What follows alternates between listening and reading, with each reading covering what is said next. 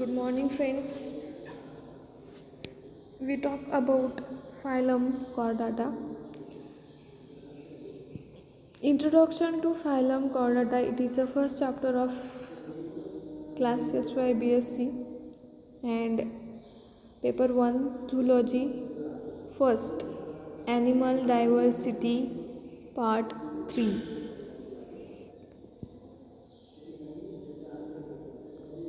Origin and ancestry of chordates. First of all आपण हे बघू की chordates कसे इव्हॉल्व झाले. Chordates are evolved from ancestor echinoderms, hemichordate and pogonophores. Echinoderms, it is a last phylum of invertebrates. Example of echinoderms are starfish, which show organ gate system. Digestive system is well developed. Nervous system is well developed. Then hemichordates. Hemichordates are belong to the protochordata. Means they do not show proper taxonomic group, but they are lower chordates. त्यांच्या इकायनोडर्म्स आणि hemichordates आणि पोगोनोफोर्सपासून chordates evolve झाले. They have similarities in embryonic development which show colon and larval stages. Chordate evolved during Cambrian period 500 million years ago. First, we study the basic comparative studies of chordates and non-chordates.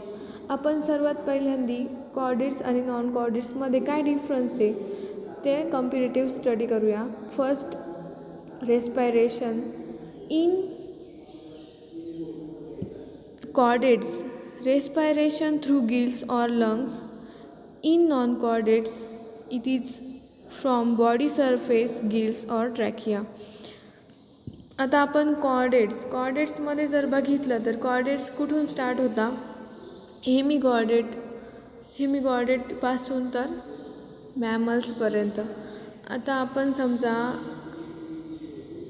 Amphibians घेतले like frog, तर आपण फ्रॉगच्या जर larval stages बघितल्या तर त्या पूर्ण aquatic आहे. मग त्यांच्यामध्ये काय प्रेझेंट असतात, गिल्स प्रेझेंट असतात.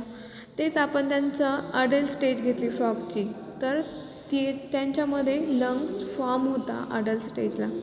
हे काय झालं कॉर्डेट्स. फ्रॉग काय कॉर्डेट आहे. कॉर्डेटमध्ये through gills or lungs. In non-chordate means invertebrates like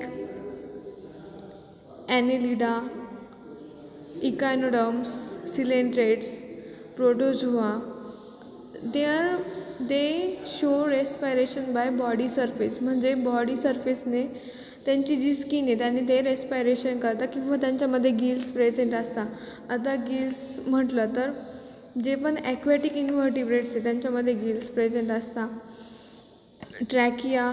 आता आपण अर्थ्रोपोडा घेतलं. अर्थ्रोपोडा काय नॉन कॉर्डेट आहे तर त्यांच्यामध्ये इन्सेक्ट येतात. इन्सेक्ट थ्रू ट्रॅकियानी रेस्पिरेशन करतात. Next point, body temperature. Chordates show cold or warm blooded. Cold blooded means आता कोल्ड ब्लडेड म्हणजे आपण त्याच्यामध्ये कॉर्डेट्स जे आहे ते ॲम्फिबियन्स आणि रेप्टाईल्स.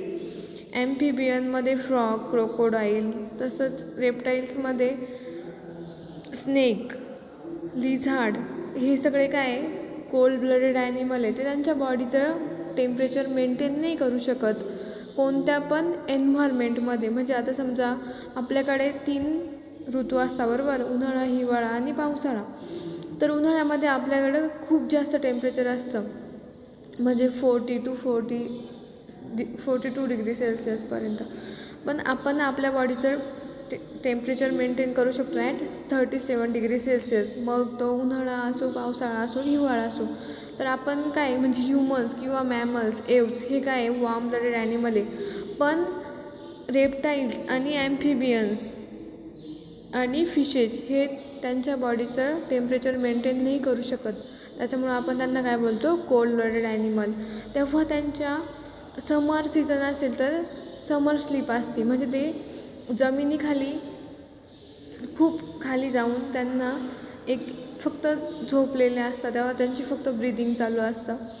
आणि इन विंटर सीझन तेव्हा त्यांची विंटर स्लीप असते, तेव्हा त्याला आपण काय म्हणतो, hibernation.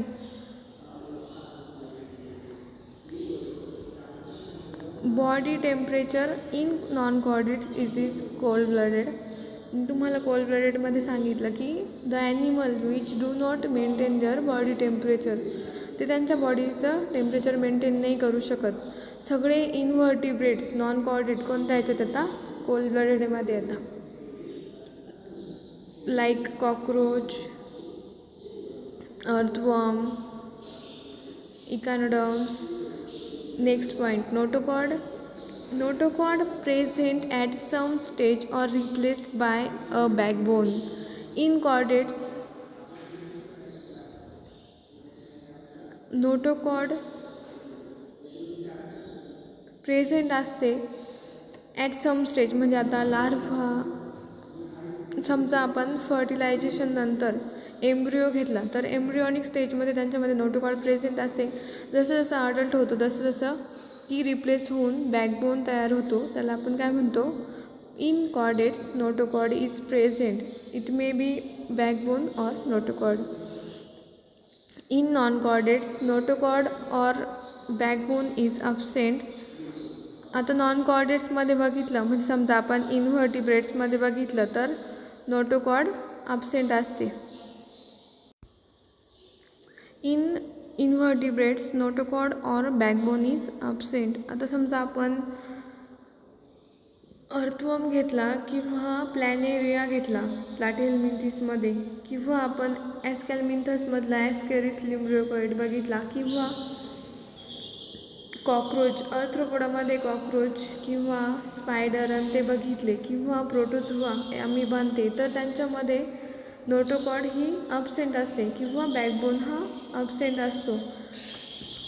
Chordates show true vertebral column. तेच आपण नॉन कॉर्डेट्समध्ये बघितलं तर त्यांच्यामध्ये नोटोकॉर्ड व्हर्टिब्रल कॉलम काय असता, अब्सेंट असता. Haemoglobin it is a pigment which present in RBC in chordates, and in non-chordates it is absent or plasma is present. आता आपण कॉक्रोच बघितला तर कॉक्रोचचं ब्लड कसं असतं, व्हाईट कलरचं असतं, म्हणजे त्याच्यामध्ये हिमोग्लोबिन अब्सेंट असतो. आपण इनव्हर्टिब्रेट बघितले तर त्यांच्यामध्ये शक्यतो हिमोग्लोबिन पिगमेंट अब्सेंटच असतो, त्यांचं ब्लड रेड कलरचं नाही दिसत आपल्याला इनव्हर्टिब्रेट्समध्ये. Next, nervous system is hollow in chordates and in non chordates it is solid. Hollow म्हणजे आता समजा आपण एखादा पोल घेतला तर पोल आतून कसा असतो, पोकळ असतो, आणि बाहेरून सॉलिड असतो, त्याला आपण काय म्हणतो, hollow. Nervous system is present which is dorsal साईडला प्रेझेंट असते and central. In non chordates it is solid. आता समजा आपण इनव्हर्टिब्रेट्स बघितलं तर त्यांच्यामध्ये शक्यतो फक्त नर्व्स प्रेझेंट असतं किंवा गँग्लिया प्रेझेंट असतं, पूर्णपणे सेंट्रल नर्वस सिस्टीम डेव्हलप झालेली नसते. Coelom. Coelom is a true body cavity. All chordates और vertebrates are true coelomate. They show true body cavity which is present in mesoderm. तेच आपण non कॉर्डेट्समध्ये बघितलं तर ते are acoelomate, pseudocoelomate and true coelomate. आता असिलोमेटमध्ये कोणते येतील, फर्स्ट फायलम प्रोटोझोआ पोरिफेरा, ते आर असिलोमेट, त्यांच्यामध्ये कॅव्हिटीज अब्सेंट असते.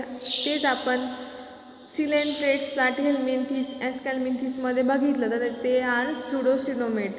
मीन्स फॉल्स कॅव्हिटी त्यांच्यामध्ये प्रेझेंट असते which is present in ectoderm and एंडोडममध्ये जी कॅव्हिटी प्रेझेंट असते त्याला आपण सुडोसिलोमेट बोलतो. तसंच आपण इकॅनोडम्समध्ये बघितलं तर त्यांच्यामध्ये मोलुस्कामध्ये they show true coelomate means true body cavity present which is in मेसोडर्ममध्ये ट्रू बॉडी कॅव्हिटी प्रेझेंट असते. Symmetry in chordates they are bilaterally symmetrical and in non-chordates they show radial, biradial or bilateral symmetry, and in some non-chordates it is absent. Radial means we take 4 planes and those 4 planes are similar, they are radially symmetrical, biradial symmetrical and bilateral, and in some like amoeba this is absent symmetry. Post-anal tail in chordates post-anal tail is present from embryo to adult, त्यांच्यामध्ये tail present असते. Vertebral कॉलमच्या last जो bone आहे तिथं tail like bone present असतो. And in non chordates post anal tail is absent. Grade of organization in chordates they show organ system. Organ system means tissue are assembled together to form a one organ like eyes, kidney, liver. These are the organ and these organ are play specific role in they play specific function called organ system. तेच आपण non कॉर्डेट्समध्ये बघितलं तर त्यांच्यामध्ये प्रोटोप्लाझमिक किंवा organ system present असते. Protoplasmic to organ system means protoplasm म्हणजे आता आपण प्रोटोझोआ बघितलं तर त्यांच्यामध्ये प्रोटोप्लाझमिक सिस्टीम प्रेझेंट असते. Acellular means a single cell present असतो त्यांच्यामध्ये आणि ते सिंगल सेल सर्व फंक्शन परफॉर्म करतात, त्याला काय म्हणतात protoplasmic grade system. Then cellular grade organization. आता आपण पोरीफेरा बघितलं तर पोरीफेरा काय मल्टी सेल्युलर आहे, म्हणजे त्यांच्यामध्ये एकापेक्षा जास्त सेल्स प्रेझेंट असतात. तर 5-6 सेल एकत्र येऊन सेल्युलर सिस्टीम तयार होती आणि त्या 5-6 सेल एक स्पेसिफिक फंक्शन परफॉर्म करता. लाईक पिनोसायटोसिस जर घेतलं आपण, पिनोसायटोसिस म्हणजे काय liquid poisonous material engulf by cell, त्याला आपण काय म्हणतो पिनोसायटोसिस. तर त्या 5-6 सेल मिळून एक प्रॉपर फंक्शन परफॉर्म करतात. तेच आपण त्याचं थोडंसं वर गेलो टिश्यू ग्रेड सिस्टीम बघितली तर टिश्यू ग्रेड सिस्टीमचं एक्झाम्पल काय येईल. First evolve in coelenterates. Many cells combine to form a single tissue and this single tissue perform a specific function like balancing water current, exhalation O2, CO2. ते proper function perform करतात, त्याला आपण काय म्हणतो tissue grade system. त्याच्यानंतर organ system. Many tissue assembled केल्या जातात आणि perform a specific function called the organ system. आता आपण किडनीमध्ये बघितलं तर किडनीमध्ये ग्लोमेरुलस प्रेझेंट असतं, ते काय करतं प्युरिफिकेशन ऑफ वॉटर प्युरिक करून ॲब्सॉर्ब करतं. तसंच डिटॉक्सिफिकेशन पण किडनीच्या सेल्स करतात. म्हणजे किडनी हा एक ऑर्गन आहे पण त्याच्यामध्ये काही टिश्यू असेंबल करून ते ग्लोमेरुलस बनवून त्याचं वेगळं फंक्शन आहे. तसंच बाकीच्या वाउमन्स कॅप्सूल त्यांचं वेगळं फंक्शन आहे.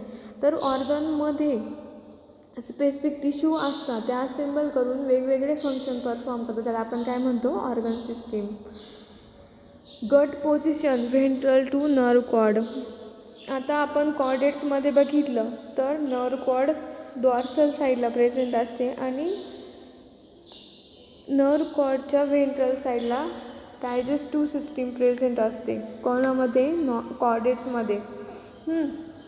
तेच आपण नॉन कॉर्डेट्समध्ये बघितलं तर डॉर्सल टू नर्व कॉर्ड म्हणजे नर्व कॉर्डच्या नर्व कॉर्ड कोणत्या प्रेझेंट व्हेंट्रल साईडला प्रेझेंट असेल आणि नर्व कॉर्डच्या खालच्या बाजूला काय प्रेझेंट असेल डायजेस्टिव्ह सिस्टीम. बाकीचं आपण नेक्स्ट लेक्चरला बघू. Thank you so much.